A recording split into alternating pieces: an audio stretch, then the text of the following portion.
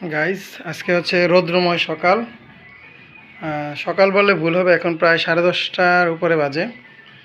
দেখেন আমার ঘরের অবস্থা। আফরানে এখনও ঘুমাচ্ছে, কারণ সে পুরো সপ্তাহ জুড়ে স্কুলে সকালবেলা উঠে চলে যায়, যার কারণে ঘুমটা ক্লিয়ার হয় না। আজকে ঘুমটা সম্পূর্ণ ক্লিয়ার করে নিচ্ছে। এদিকে আমি সকালবেলায় উঠছি, ওইটা আদিয়ানকে প্রাইভেটে দিয়ে আসলাম। প্রাইভেটে দিয়ে আমার একটা টিউশন ছিল, এটাও সারে আসলাম। আয়সা বাসার এই অবস্থা দেখলাম। এই যে আপনাদের ভাবি ঢেঁড়স কাটছে।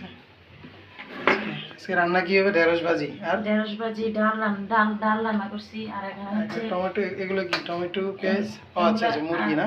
কক মুরগি। ও আচ্ছা, মুরগিটাতে গতকালকে আমি আনছিলাম। ডাল রান্না করছি। কক মুরগি, হ্যাঁ ভাতটা দেখাবো।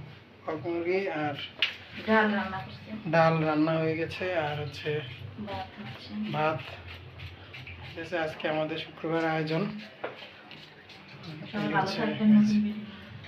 পরের ভিডিওতে আবার আপনাদের সাথে আসতেছি, আবার দেখা হবে ইনশাল্লাহ। আল্লাহ হাফেজ।